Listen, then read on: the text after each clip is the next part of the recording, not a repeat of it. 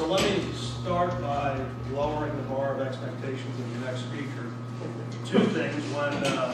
When Chris threw up the Netflix chart, there was a grim reminder going back to 2002. I was finishing up the MBA, and one of my case studies was Netflix. And my thesis was there's no way this model will be sustainable because people just go to Blockbuster. Why would people send out a video and wait for it to come back? So it's not going to work.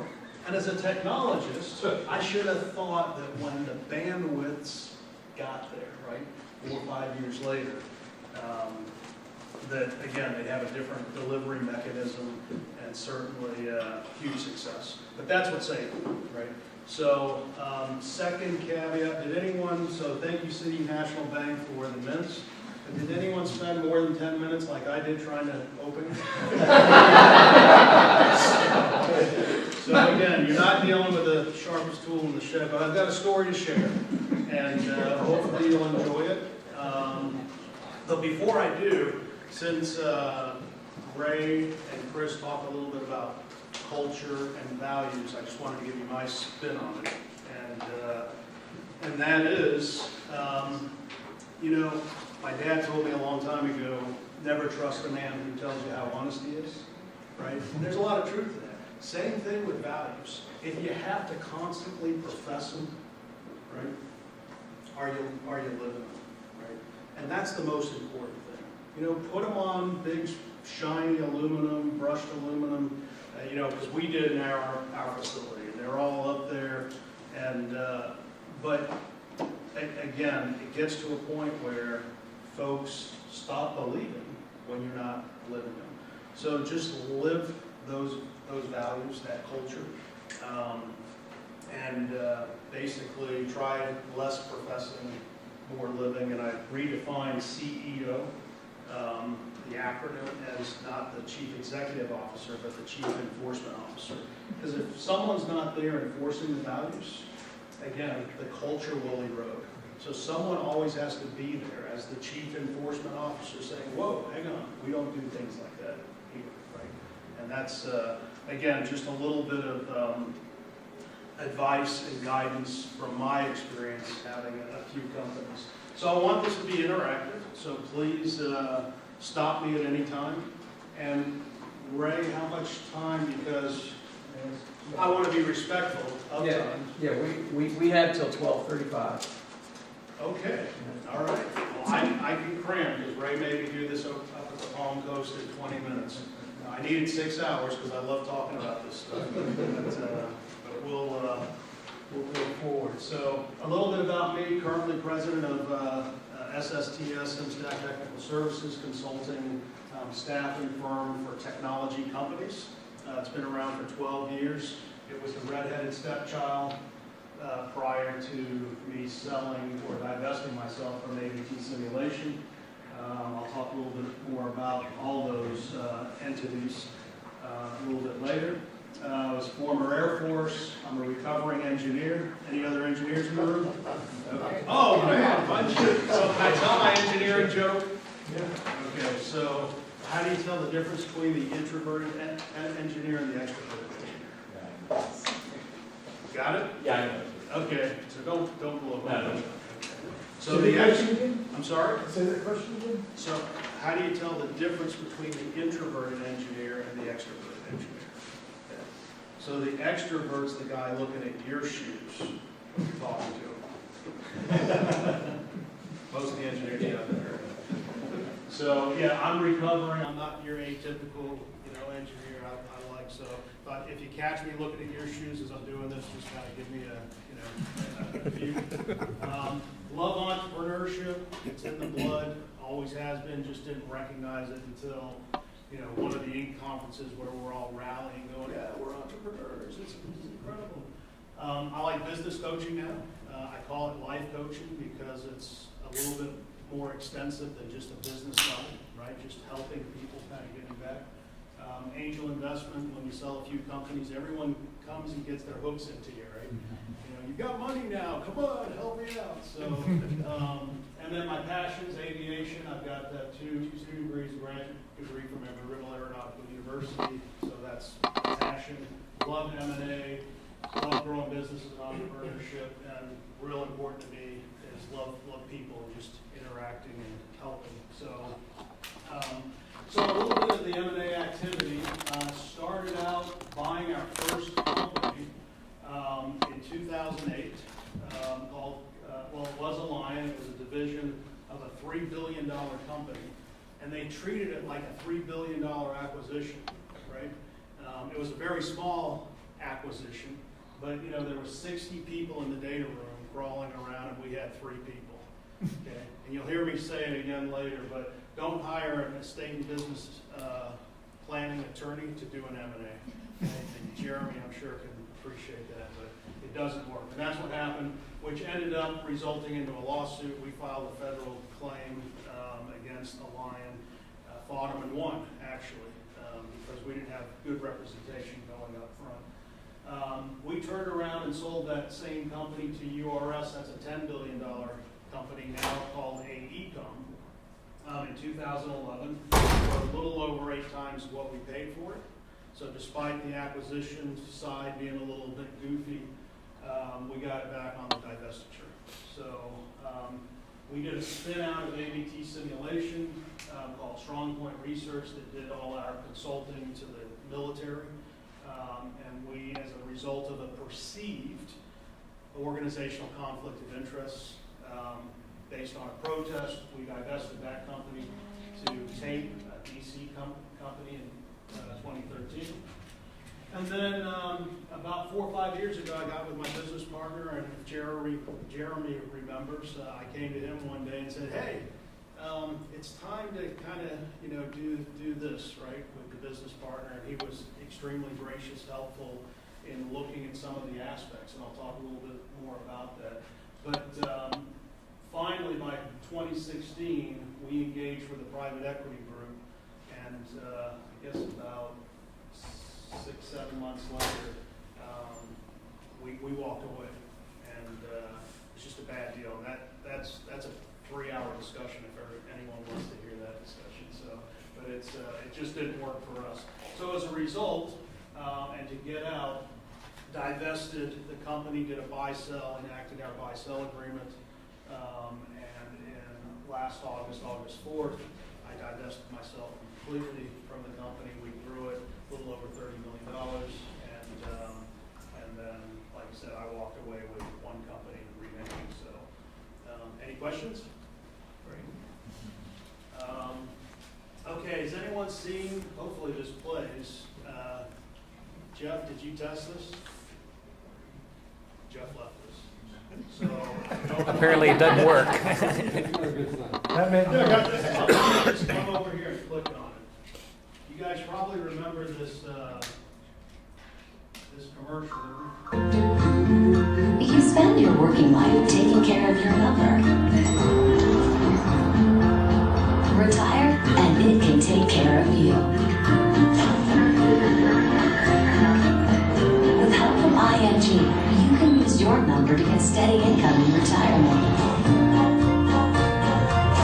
Do you know your number? Learn more at ingyournumber.com. ING, your future made easier. The reason I show you that, because that commercial actually, okay, so we got some other videos to watch. Hopefully there's none inappropriate. So the reason why I share that is because, as Chris said earlier, that whole number thing, this commercial actually inspired me to start thinking about the number, because at the end of the day, right, it's about a number. Whenever you punch out, you got to start thinking, okay, is that enough to survive?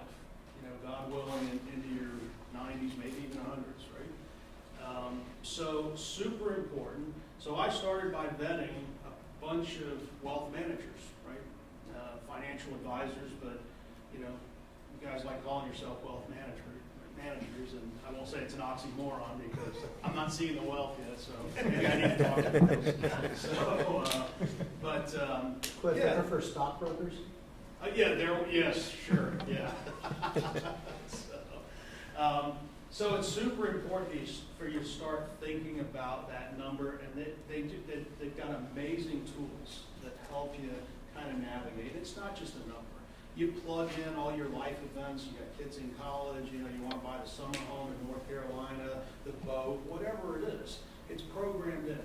So at least you know when you're going in for the final exit that at least you've made that number, right? And you can sustain or hopefully maybe even improve your lifestyle going into, and I hate calling it retirement, but you're the next phase of life, right? So, let's see. All right. Okay. So again, as much as the number is important, what's also important, of course, is that timeline. So start thinking about your timeline. And just show of hands, who are the entrepreneurs in the room? Okay. And keep your hands up for a second. So of the entrepreneurs in the room, who has the exit strategy? Who has an exit strategy? Okay. Being worked on. Okay. Who has a succession plan? Being worked on. Okay. So I prefer to call it a succession plan, and the reason why is when we say exit strategy to our customers, to our employees, maybe even to our family, what does it sound like? It sounds a little self-serving, right? I'm going to exit. It's all about me. And people normally don't appreciate that. But, and I know it's vernacular, but if it's truly deep and it's on paper and it's called a succession plan, because one day we will succeed our businesses. Likely, hopefully they survive, us. But it's either, don't want to be morbid, but in the casket, to a family member, to a strategic buyer, to whoever it is, we will succeed that business. Super, super important to start thinking about that succession plan. So again, for me, it was all about more of time than the number. So with that, I did leave money on the table. Just because, again, my priorities were, skewed more to a timetable than a number. Your priorities may look a little different. So again, what will it look like? I wanted to make sure it didn't look like that guy right there, right? That's the guy watching Jerry Springer at 11 o'clock in the afternoon. I just didn't want to be that guy. Out of the business now, again, retired, and watching TV. So I put myself out there, right, to do things like this, to help others, to coach. And since August, I tell people, because they say, well, what are your fees? And I tell them, well, I'm not a consultant, I'm a coach, and the difference is consultants get paid, right, for helping. So I do it because I love doing this, right? Love helping other entrepreneurs. But again, whatever it looks like, start thinking about that. I don't have the exact statistic, but I believe it's over 50% of all entrepreneurs that exit their company have seller's remorse, that first year, right? And some, it's pretty great, right? I mean, deep depression. I mean, oh my gosh, why? And the reason for that is, it's really how we're defined. Today, as entrepreneurs, we're significant, right? We're the man, we're the woman, we're the person that people come to and kind of feels good, right? We've got a level of significance. So we're more defined, as entrepreneurs of what we do, right? Than really who we want to become. And so important to start thinking about that as you get on your path to, again, succeeding your company. So I started with, and I think Ray said it earlier, was why. And I'm a why person because motive to me is huge. And just like I said before, the difference between exit and succession planning, I didn't want it to be self-serving, right? I truly wanted it to be a great cause win-win-win all the way around. So my employees won, my customers won, you know, I won, my family won. So motive is really important, and that is the why, right? So clearly defined, and just like I think Ray, maybe it was Chris who said it earlier, put it on paper. These thoughts that swirl in your head, that's all good. Put it in a PowerPoint, a Word document, heck, scribble it on a notepad, doesn't matter. But get this stuff on paper, right? Because it's easy to think about, it's easy to talk about, but until you put it on paper, it's not a plan, right? You just can't develop a plan or refine a plan unless it's on paper. So, I did that for every one of our exits, and it paid huge dividends because the objectives allowed me to kind of classify. So when we sold tape, I had 5 objectives. The last objective, believe it or not, was a modest return on our investment.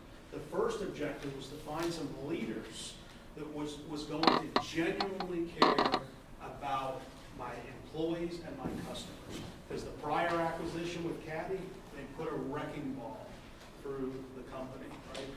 And within weeks, employees are calling, customers are calling me, oh my gosh, Cliff, what did you do, right? And it does, it weighs on me, right? What did I do, right? So second one was super important. So again, it becomes your gauge, and when you lose your way through that M&A process, you know, through whoever those suitors are, this is your guide, right?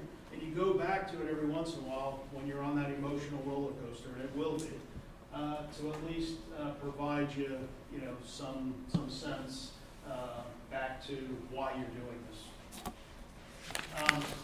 Just something to think about. You know, if you don't take, or if you take it all out and don't reinvest this growth capital, these are some numbers that are kind of, you know, gives you perspective, right? So in order to yield, if you were to yield, let's just say $5 million, and your margin was, let's say it's 8% on a good day. For us, government contracting, you know, it's between 6 to 10%. But it would take $62.5 million of revenue to yield that if you were just taking it out, not reinvesting, taking it out. So you have to start just like the example that Chris gave, and I'm sorry, what was his name again? From America, was it the highway? Jay. Oh, yes. Yeah. So he's taking it all out, right?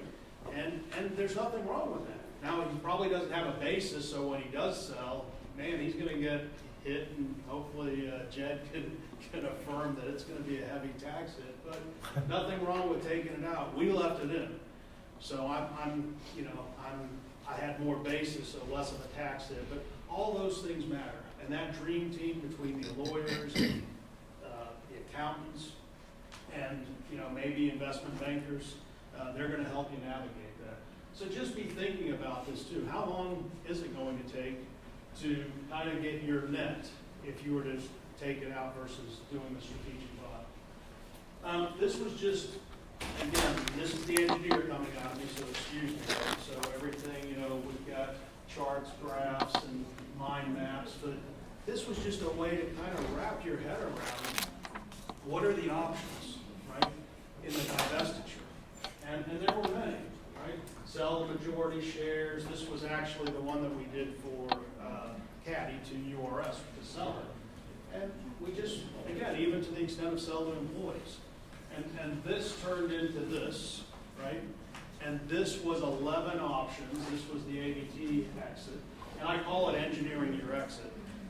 But it's super important to kind of gauge what's best for you. Because what was best for me may not be the best for you or next, you know, the entrepreneur next year. So this was weighted, it was scored, it was quantitative, it was qualitative. You know, we between myself and my business partner, we went through this to see if we were on the same page, right? And it ended up being, post the private equity walkaway, that we thought it was best, and that was the last option on here. We thought it was best to enact the buy-sell. And fortunately, 7-8 years prior, we put language in the buy-sell to suggest that if either one of us one day woke up and said, I don't want to do this anymore, there was a way out, right? And that's super important. Any folks have partners in the business? None? All sold? Okay, yeah. I know you do, Michael, but it's your brother. But yeah, something to plan and prepare for. So, of course, before you start having those decisions, super important to maximize your value prior to, right? And that is, again, back to the dream team. Believe it or not, when private equity came in, when these executives from URS, we had the president of URS in our offices, and it was all about who's your dream team, who's leading this, right? Super important, because they want to make sure that they're picking up something that has a solid management team behind it. Build your backlog, kind of pretty intuitive, right? But a lot of times we don't think about it. That little inflection, and again, it was, sorry? Matt. That curve that Matt, absolutely. You want to sell on the upslope. So once you reach that pinnacle, again, they're looking at that. They're looking at it in terms of your backlog going down, your pipeline going down, and you're losing value, right? So super important. Get your EBITDA up as high as you can, because that's the stuff that they look at. We built and highlighted our value drivers. Again, it was super important for the companies, especially strategic buyers, to understand what value they were going to be appreciating once they acquired you. So, we condensed it. You don't want to overwhelm them with data, but we condensed it to some very strategic aspects of value drivers to them, right? And again, presented those values as benefits to that acquirer, right? Just, again, some tools, whether it's a pitch deck, whether you're having dinner with the folks, it's just super important. Also, very important is to build a animation happy on this one, is to build a strategic roadmap. Let them know what this looks like. That you have a plan, that you have a strategic roadmap. And mind you, this was done in 2012, but this was the roadmap for what it looked like, so that they could see when they acquire you what the plans are. Very high level. Mind you, in due diligence, they'll take this down to the nit, right, and ensure that they're going to not pick up any liabilities, no risks. But this is a great way of communicating what the company's going to look like in the future. So prepare your financial and legal docs. Anyone, and I know it's expensive, Jed left the room at a convenient time because he did not dig him up on, for crying out loud, $15,000, $20,000 for audits. Come on, Jeff, give us a break, huh? I'm kidding. We are the best deal in town. I'm kidding. No, it's so required. Yeah. So required, because when those folks roll in, a lot of them won't even talk to you unless you've got, and reviews aren't good enough, right? It's got to be the full-out audit, and super, super important. I know it's expensive. Just instead of thinking of it as an expense, think of it as an investment, right? Because it will pay dividends. Pro forma, yes. Really what you're doing is you're preparing to sell this, right? So Essentially, yes. it's just like you're presenting the marketing materials for the sell. Absolutely. And so You're it's an investment in the sales, not an Absolutely. expense. So my point here is you can't do this once you wake up one day and say, okay, I'm ready, right? Or some life event happens, whatever that is, whatever that life event is. Point being is 5 years, 2 years minimum on the, at least the audit. But 5 years is a good time frame to start thinking about. So if you're looking to hang up the shingle, 5 years from now, these things you've got to start prepping for now, right? And again, it will pay dividends. So pro forma, keeping that pipeline full, build the models too. So when they come to you, they're blown away. right? And even our little private equity deal that we walked away from, these guys said, we have never seen a company. You know, we did it over the Christmas break, and what would normally take a couple of months to provide in due diligence when they provide you a list this long, okay, 8 days. 8 days, because we were that organized. We were prepared, right? We were prepared, right? So, get folks to review any agreement that you have, and I'll share a little story about contracts agreement in a minute. But yeah, all that stuff is super important.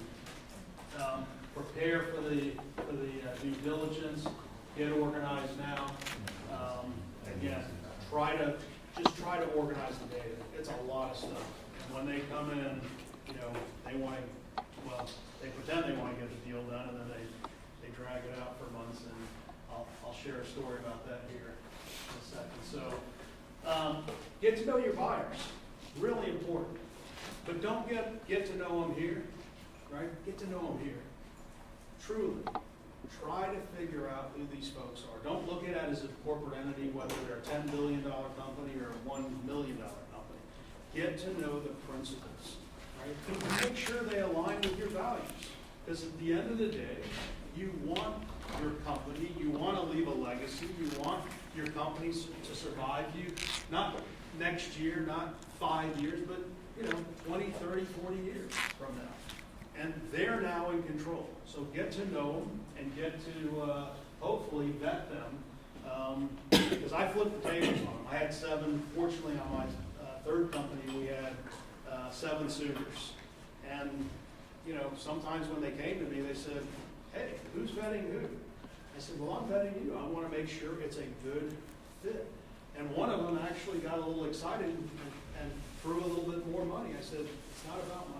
Because the first objective, if you remember, was about leadership that had the character and the heart that was going to carry out our culture to take care of our employees and our customers.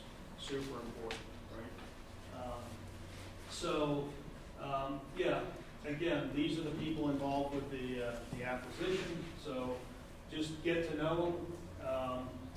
There's numerous valuation approaches. This is one that we did on a caddy training system. We looked at the intellectual property cost, how much it would cost them to develop it, because that acquisition was actually to acquire some pretty sophisticated intellectual property for drone technology, drone simulators, right? And it enabled them to bid on an $800 million Air Force contract, right? So that was one way we looked at it. We looked at the market approach, we looked at the income approach, and then the competitive advantage approach. And that just gave us a gauge, because you don't know. It's intellectual property. In our case, it was software, right? How do you value that, right? So this gave us at least the ability to refine down, neck down a number to aspire to get. So, and then try to define your bottom lines early. Get your cash number, again, the number. Look at debt or, taking on a note, owner's note or seller's note. Earnouts, is that important to you? A lot of times they don't pan out, so because they're event driven. But remember, when they're event driven, you no longer have control of those events.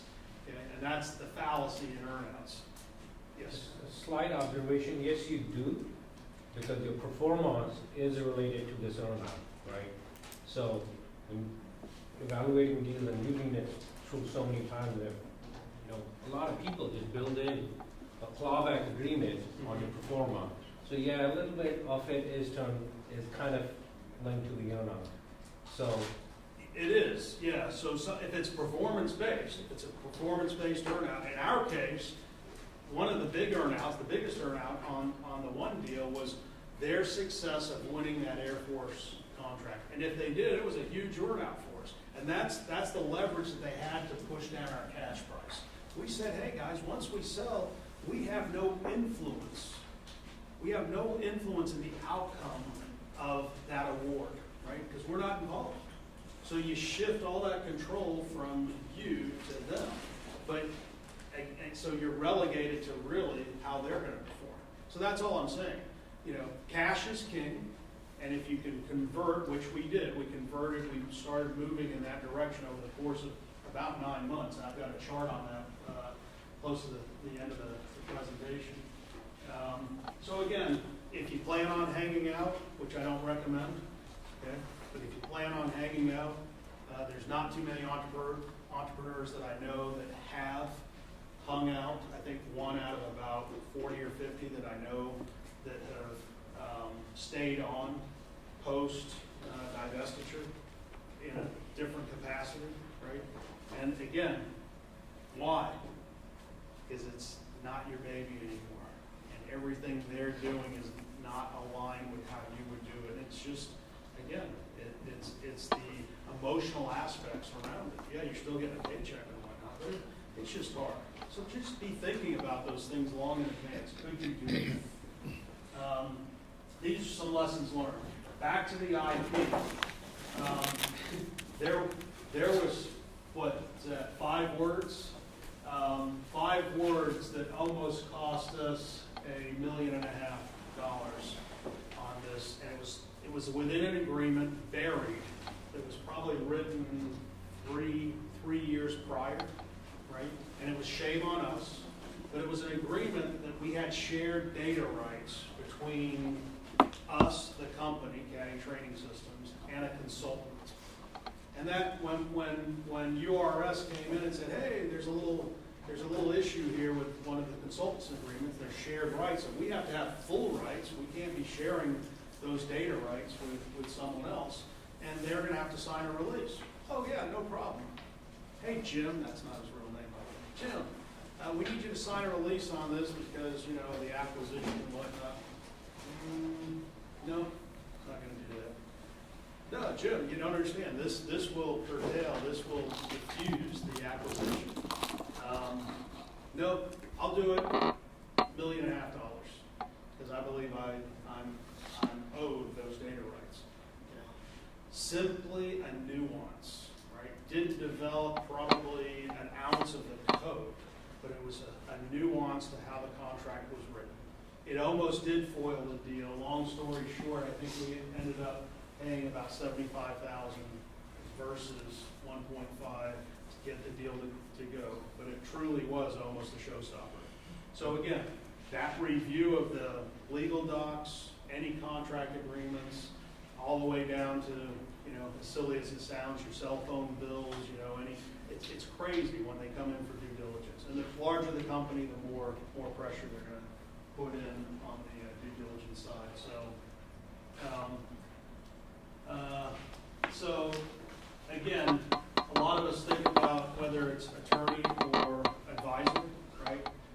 If you're going to have an M&A advisor, investment banker, trying to think of the other terms they use for them, you're still going to need an attorney on your side. We never used an investment banker.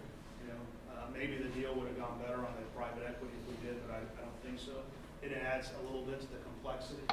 But, you know, the takeaway from this is just make sure you get an attorney that knows M&A, that has done, you know, hopefully 20, 30 transactions a year. Super important, because they've seen almost everything. And it's, so don't just find an attorney, find the attorney, right? And don't hire your estate and business planning attorney to do M&A. So communication channels, this was an important lesson for us.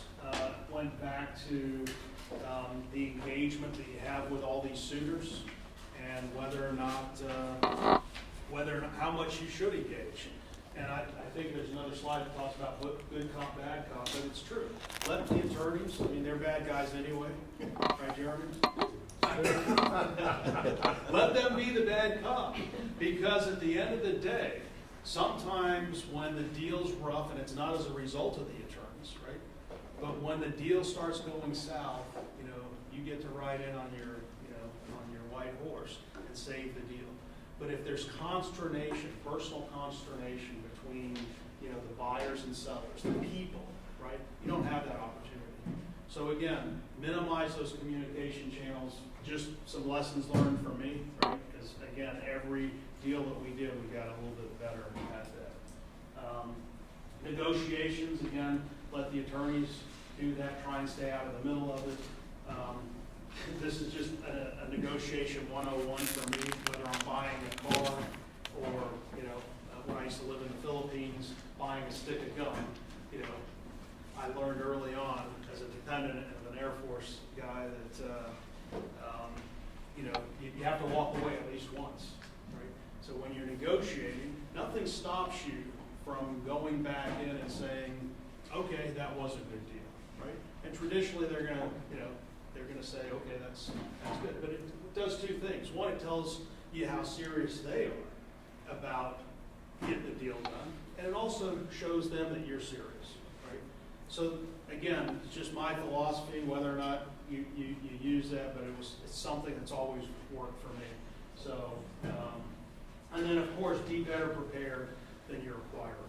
Super important before you get on that phone call, with the host of things that get negotiated, to be better prepared. Do your market research, have all that data put together. Very, very important, just be better prepared than the person you're dealing with on the opposite side of the table. Again, hire a good CPA firm that knows M&A.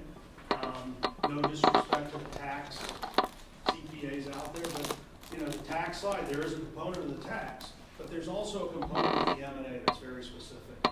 I won't mention names, and it's not Jed's group or Jeff's group, but the first M&A that we did, there's this thing called working capital, right? We all know working capital, but now you put that in the context of an M&A. Excess working capital, deficient working capital, there's a target, and you're talking in some cases millions of dollars, right? And you think as many times as these folks do it, that there's some formulary, right? There's some calculus to it, but it's not. And when do they wait to spring it on you? Not at the front end of the deal, right? It's always on the back end, and it becomes a deal breaker because you've got all this cash that you've saved in the company. Unlike some who rip it out, we kept it in there. Well, they had their sights on our cash, and it was an excessive amount, right? So super important to have a Jeremy. I was going to add on that issue, so that's obviously a frequently litigated issue. But Yes. if you have attorneys drafting documents that define accounting terms, like working capital, and you don't have an attorney who understands accounting, Yes. the likelihood that you're going to have those issues in the transaction is near 100%, right? So I think a lot of attorneys think they know accounting.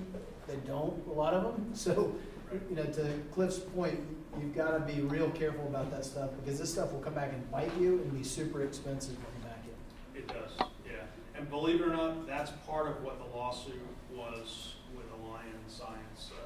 It had to do with working capital, them accelerating receivables, delaying payables, and we got stuck with it because there wasn't a good working capital definition. But even when there is, and they'll call it GAAP, right?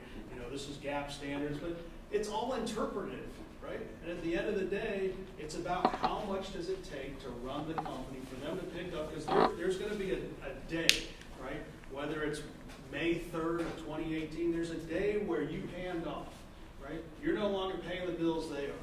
You're no longer receiving the receivables, they are, right? So how do you adjudicate that period, right? And it's basically they come up with a formulary of a working capital target. This is how much it's going to take to sustain the business through this period. Anything excess of that comes to you. Anything deficient of that, you got to kick in a little bit more. So it's super important, and not a lot of people talk about it. I mean, every deal I've done, it's an issue, no matter how well it's defined.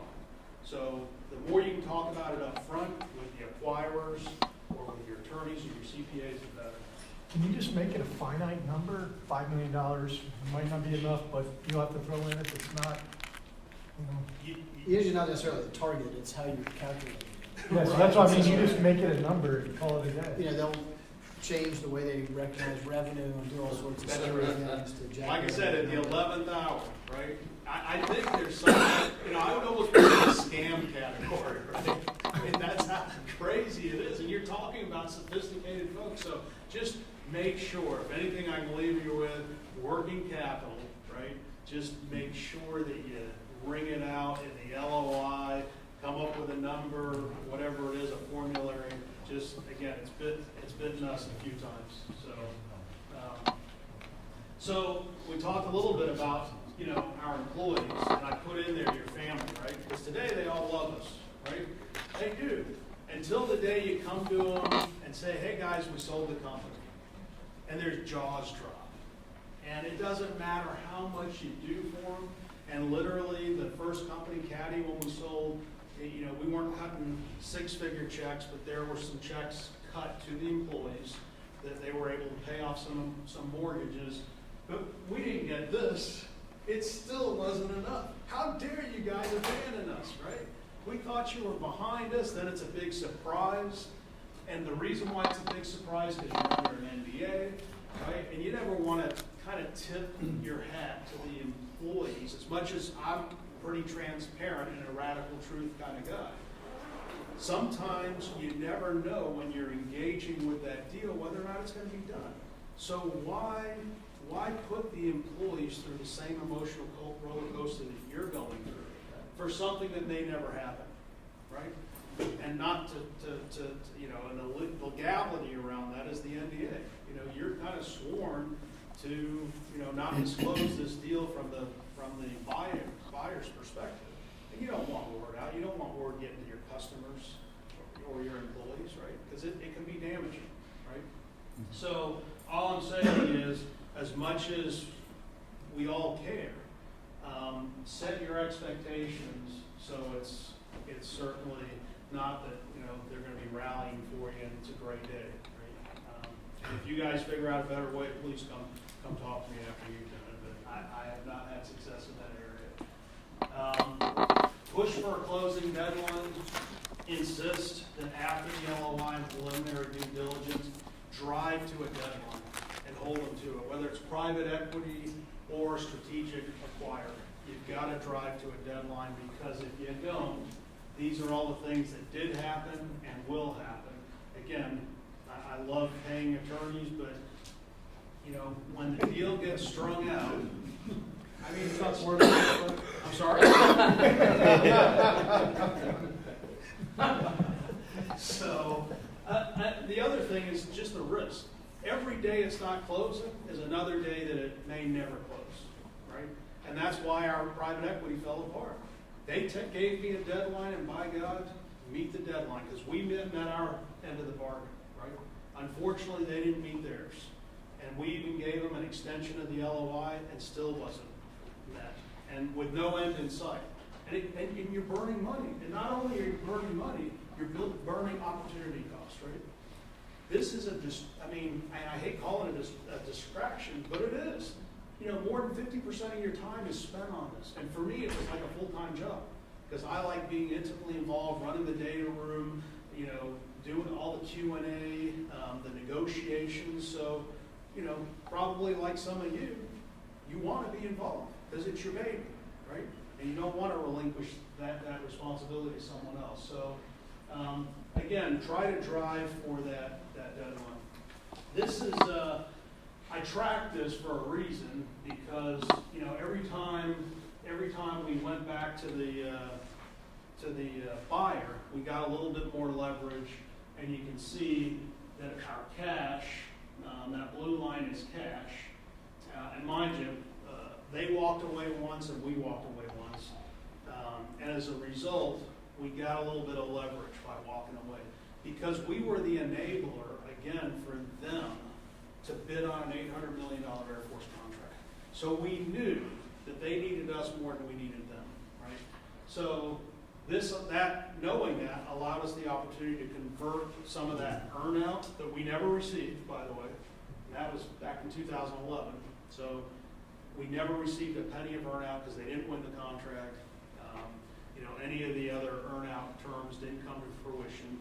So I'm glad that at least we were able to benefit from increasing the cash and minimizing the earnout. Cliff, can you explain that a little bit more, just from like High level. Yeah, high level stuff, but I mean, like, so this is an offer, this is Yeah. tracking the offer? It is. So again, when we started this around, when we got our first LOI from them, right, letter of intent, that was the end of March of 2011, right? This was our first sale. And the cash offer was 40% of the deal, and the earnout offer, well, it's 73%. I'm trying to reconcile where, I think, oh, that's change. That was change from the prior LOI. From the So, prior offer? Believe it or not, that's how many offers we had in the Okay. course of, I think that's what, about 9 months. We closed the deal in December 9th, 2011. And is 0% what the final offer was? No, Now, these are previous offers? correct. Got it, okay. Correct. These are changes of the prior offers, right? And So- just to demonstrate that our cash deal, every time we tried to make that better and better, you can see it actually started going down because they were making the claim that, look, this earnout's gonna be huge for you, right? And as a result, we're pushing down cash, right? We were trying to make the inverse argument, right? But it's less risk for them. If you can shift, so if you're ever buying a company, yeah, I'll do earnouts all day long, based on performance, right? But at the end of the day, we as sellers, we want that cash in hand, because we know that that's a certainty. The earnouts are completely uncertain, and I don't care how well they're written. And like I said before, you no longer have control of the outcome of those earnouts. So I would just highly recommend the more that you can bolster cash over earnouts, the better. So if I'm reading this right, like the initial offer was this high, but by the time you got to the final offer, it's down here Correct. for both the earnout and the cash elements of it. Yeah, that's right. It's all negative, I mean, it's all going down. That's right. So just summary in closing. So again, things that I want to highlight, that hopefully you can take away from this. One is, again, motive, objective, super important. Do that long in advance before you start vetting either one, the mechanism that you're going to go down, whether it's even an ESOP, whether it's an ESOP and that engineering chart, ESOP, MBO, management buyout, leveraged buyout, strategic buyer, mezzanine debt, funding it with mezz debt, buy-sell agreements. I mean, there's numerous ways to divest the company or to divest yourself from the company.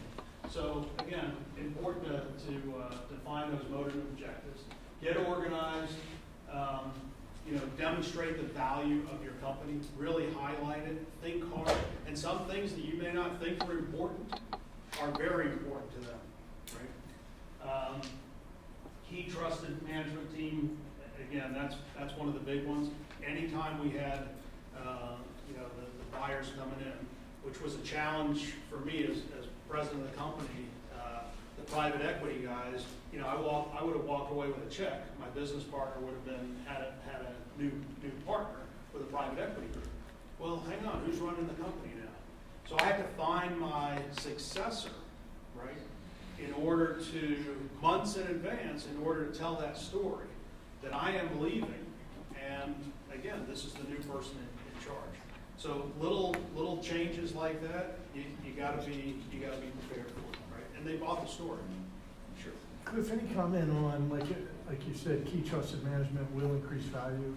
Any thoughts on them having equity, whether it's given or sold or used as incentive, anything? To the principals? To the key people, key Yeah. management? So, yeah, that's a whole, a whole nother discussion for me because we had brought my first successor, we broke off some equity, performance-based equity, and to wind that up took almost 9 months. By the time we were done winding it up, we realized that this wasn't the person for the company culturally, right? And then it took about 6 months to unwind. I'm not a fan of equity, unless it's a larger stakeholder, a true operating business partner. I am a fan of, SARs or stock appreciation rights or phantom stock, because again, it can have the same intent. And people traditionally, I mean, the goal is, hey guys, get together, let's build this thing. At the end of the day, when we do exit, there's something there for you. Some people look at it as phantom, that's why I hate thinking of, stock appreciation rights as phantom stock, right? Because it sounds like it's, this mysterious, right that I have. And, but that's something certainly, Jeremy and company, I mean, they know very well, so I highly recommend in that regard. And Cliff, I would agree. So everybody, in particular industries, it's different. Like if you're in software, you're in technology, everybody wants equity, and you're probably not going to have a choice sometimes. But in other industries, it's generally not a good idea with employees, because you get into problems with them, you fire them, that turns them into unpaid wage claims. So you have Morgan & Morgan and personal injury firms, et cetera, who are incentivized to take those claims. And in the M&A deals, they will leverage the hell out of you. Yes. If they perceive, that there's any issue there. So, Yeah. And then you owe a fiduciary duty to your employees. That limits your decision-making authority, exposes you to liability in connection with these transactions. So there's a lot of things to think about there before you do that. So. Yeah. Yep, Matt? Being on the other side, Mm-hmm. of coming from the PE side, looking at some of these deals, to answer Chris, your question, it could be actually a very good vehicle to preserve and create that legacy of the company if you do an MBO, right? We were looking at a deal very similar to this, and the guy who was coming in as our new CEO, we gave him 15% equity, but the guy came in building almost $800 million pipeline for Blackwater, and he was coming into something like this. So yeah, now you're talking about the right partner. Now you're talking about the right CEO. So yeah. But it's chicken and egg, Matt. And okay, I'm bringing in $800 million from BlackRock, right? Well, when that $800 million come in, I'll be happy to share with it. But that's the challenge, right? That's the challenge. So unless you're able to create some, pretty phenomenal incentive-based, performance-based type of equity draw, right? There's no way of determining, in our case, despite the focus being on performance, which ended up eroding a little bit of our culture in our company, which led to, letting go of my first successor, right? That's the challenge, right? So that's why I'm saying it took about 9 months to wind this thing up and then about 6 to unwind it. So I'm not a fan, but I'm sure there are legitimate reasons and good cases where that does work. So just in the essence of time, let's see, term sheet early, walk away at least once, protect your IP. Again, let the attorneys do their job. And this bottom one, which is big for me, and everyone that I tell this to who, I've kind of consulted a little bit relative to the M&A, whether they have a $2 million company or a $150 million company, I tell them prepare for the emotional roller coaster. Yeah, okay. 6 months later, oh my gosh, oh jeez, I had no idea, I would have never done this. Again, guys, you get on that roller coaster, it's going to be, because it is like this. And one day the deal's going through, next thing you know, they find a little paragraph in the consulting agreement and the deal is dead. And you're devastated because you've got 6 months into this thing and then, you fix that and they find something else. And again, that's their job. And the more sophisticated they are, the larger they are, the more chances of those obstacles standing in the way. And that's why I go back to lock down a date, figure out a way to leverage the acquirer to lock it down, whether it's, and Jeremy, you know a lot more than I do on this, but if there's some leverage to put in the LOI, whether it's incentive-based or punitive-based or something, to put a hard date and then drive to it. And with that, just some acknowledgments. Definitely, I know it's hard on Jeremy here, but want to acknowledge, I wouldn't be standing here today if it wasn't for Jeremy. And I mean that. because, you know, I came to Jeremy and with some challenges, you know, I guess it was about 6 years ago, right, Jeremy? And of course, we had our own corporate attorneys at Sheffield Loman, and Bill Loman is another phenomenal attorney. He's facilitated our M&A, does probably 50 to 60 deals a year. But, you know, I couldn't use Bill because there was a conflict with, you know, with my business partner, so I came to Jeremy, and he just helped navigate, right? Some of the emotion out of it, but some of the legality of it, right? Because you've got all these agreements. Now they need to be at least looked at, adjudicated with, you know, another partner on your side that's advocating for you. So thank you, Jeremy. I really appreciate it. CEO Nexus, so Ray and Steve Quello. Again, someone said therapy before. That's what the Nexus was for me, right? Some peer group, right? To basically have groups, because life is lonely at the top, right? And I always say it was a thankless job also, but you know, when we're together as entrepreneurs, we appreciate each other because we're all struggling with some of the same challenges and the same successes. So super important, and again, Ray, thanks for the organization. Berman Hopkins was the one that put our M&As together for us, good CPA firm, and Jed's now doing some of our work, which is great. I'm transitioning firms right now. And then Russell's not here, and Perspective. Anyone needs a CFO, strategic partner, they're great. They're the ones who vetted everything for us on that first. Couldn't have done it without them. So just wanted to acknowledge those folks. And with that, I'll open it up to any questions. Hopefully I didn't run too late, but just open up any questions, comments, spears. Again, here I am. Anyone? Awesome. Well, Just thanks for sharing. I think that it's very insightful, I mean, you know, you've done some things that I know I've not maybe come close to doing, but it's just insightful to see everything that you've gone through. Thanks for being transparent and sharing all that. Sure. So it's Yeah, very educational. my pleasure. Yeah, this has been great. I've just spent the last 5 years creating a software. Yes. And you know how long it takes. It takes forever. Oh, yeah, sure. With a partner, and it's always been enormous ups and downs, and it was almost ready to go, and then some technology changed, so we said we'd do it this way, but it's about to launch this week. But I'm going to need some help with, okay, now what do we do with it? Do we license the software? Do we sell the company? Do we run it? What do we do? Yes. And so this has been good for me. Thank Good. Well, great. Thanks for that feedback, because that's my goal. You know, and I mean that. You know, I call it, there's a great book out there called Halftime. It's about, again, supposed to be in your 40s. I He passed just that. died last week. Or Did he really? Yeah, he just, Bob Buford just died. Yeah. Oh, no. Yeah. Well, Yeah. great book. It's a little bit faith-based, but it's a great book on really second part of your life, right? First part, you know, it's all about us and family, but the second part, and that's what Halftime is. You know, it's analogous to like a Super Bowl. You take that halftime, you know, 40s, okay, 50s, and you say, okay, what do I want to do for the rest of my life, right?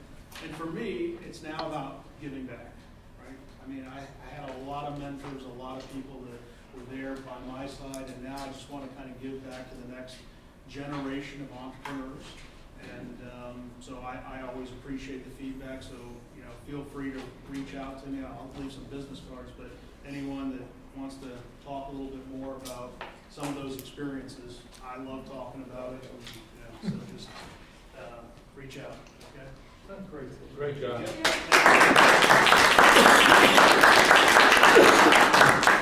All right, first of all, thank you so much for all the time. Second of all, some of you did the value driver assessment. I passed it out earlier. This is what it looks like, and it's got, excuse me, here's mice, okay, but it gives levels of concern on all the particular issues and value drivers. All right, so those of you who did not do it, I would ask you to please do it. Thirdly, we have a calculation of value offer as part of this for a very nominal fee. We were talking about growing value. I would lobby that just about everybody in this room is wondering what their business is worth and how do you benchmark it. This is a service that will come out of this process. So very nominal, and it gets you moving. You're going to be able to plan by your valuation. So I encourage that. I actually had passed out this evaluation form.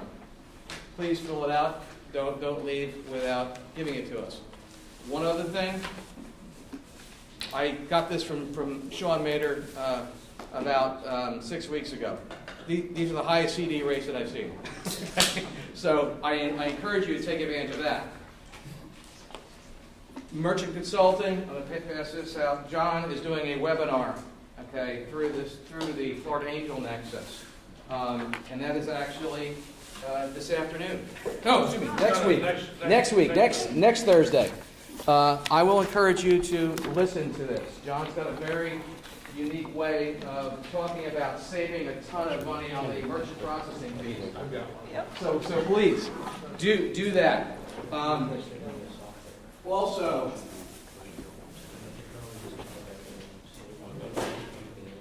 I included this piece here. You've got a nice workbook. Take advantage of it. All right, jot some things down. Brandon was right. I mean, this was a therapy session. Therapy, you got some great content. I mean, I felt so fulfilled. I can't wait till next week, to tell you the truth. And then, lastly, what I would ask you to do, our camera people, okay? Before you're walking out, I'd like you to just, Mike, if you could take some time, Brandon, share your thoughts in 30 seconds, right? Because we're compiling this, and of course Denise and everybody. We compile these into little snippets. All right. If you would like to do a little infomercial on your company, next door we actually have that.